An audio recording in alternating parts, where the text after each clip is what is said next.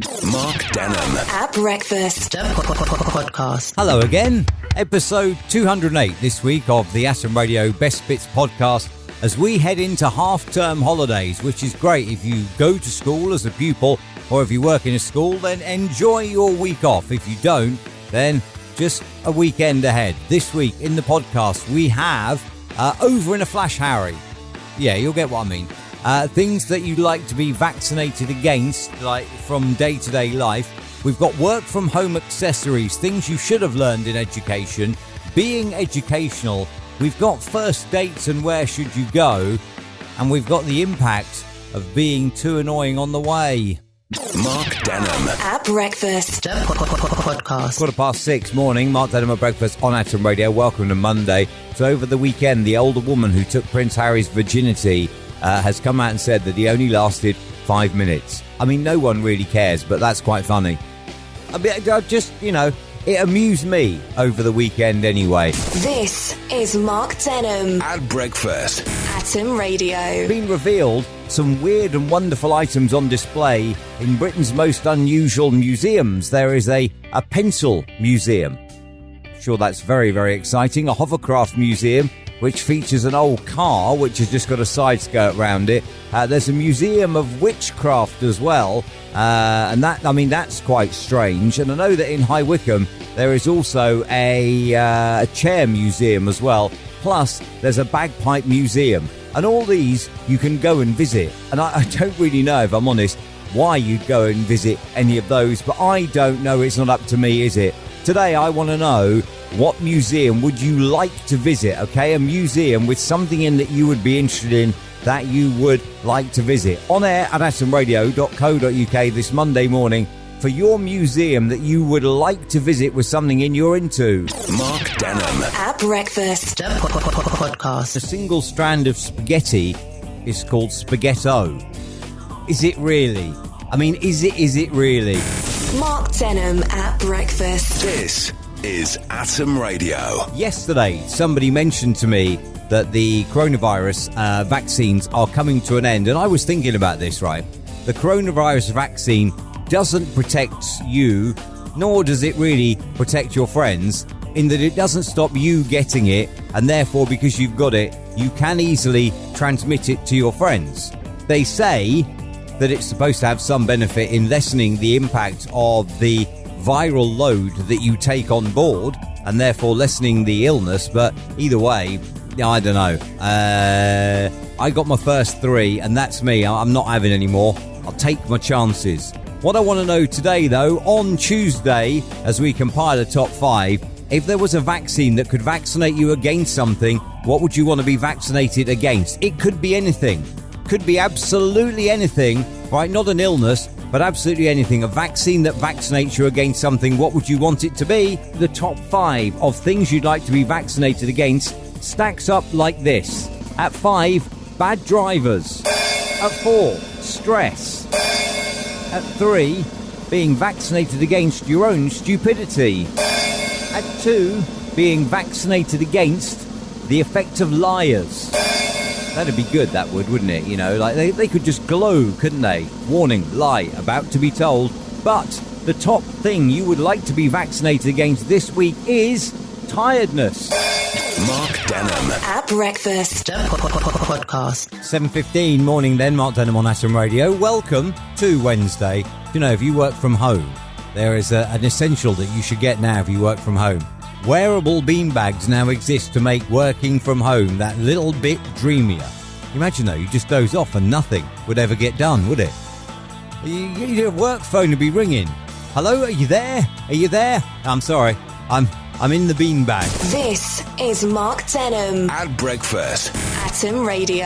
And I saw a picture thing, one of these memes posted on Instagram, on an Insta story, and it basically said, I'm so glad that I learnt Pythagoras at school rather than tax returns, because at the end of every January I find it so helpful on Pythagoras deadline day. And that's true, isn't it? Like, I haven't done maths since the age of 16.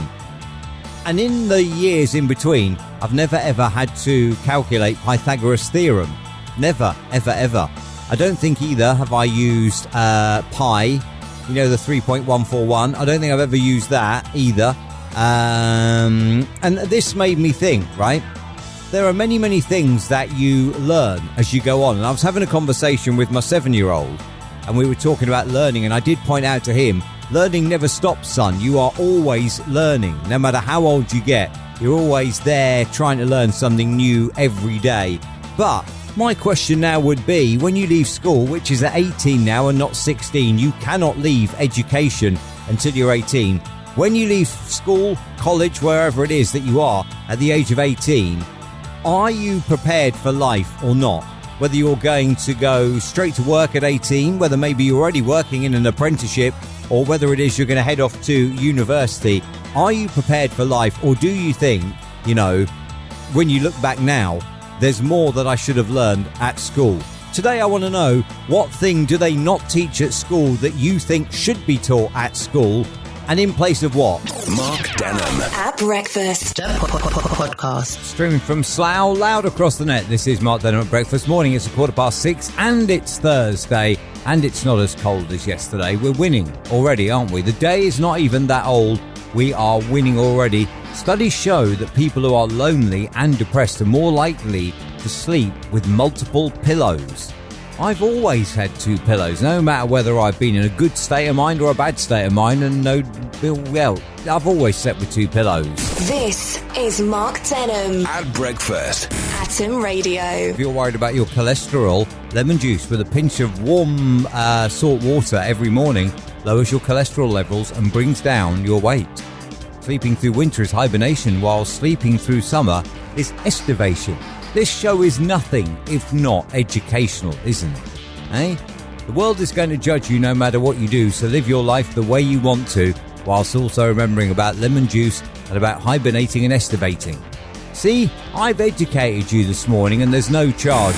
Mark Denholm at breakfast. This is Atom Radio. Research from Tombola suggests that the cinema is the worst place to go on a first date, with McDonald's hotly following in second place. And I can fully get why with the cinema, because on a first date, you want to chat, you want to get to know them, you want them to get to know you. And if you go to the cinema, you go in, you sit down, and then you get hushed, don't you? If you dare to talk, shh, yeah, you get hushed in the cinema. So therefore you sit there for an hour and a half or whatever watching the film, and then that's the end of the date, and you've learned absolutely nothing about your potential other half. So I want to know today, though, in your opinion, where is the worst place ever to go on a first date? On air at atomradio.co.uk. If you'd like to get involved. Morning, Tasha. First this morning, Tasha says, surely the worst first date has to be speed dating.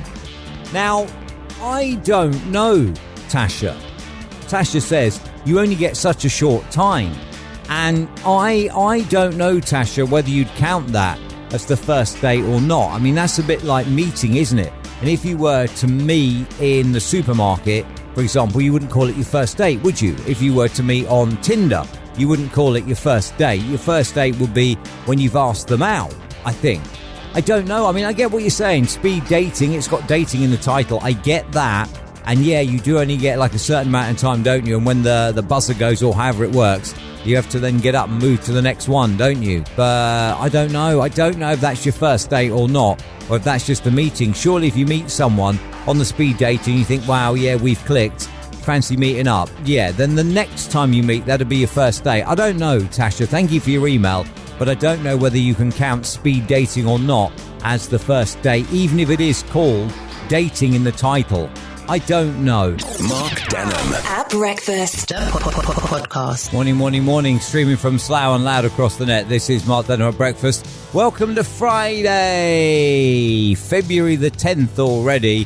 Just a quick reminder for you, by the way, just in case you'd forgotten. Valentine's Day is on Tuesday.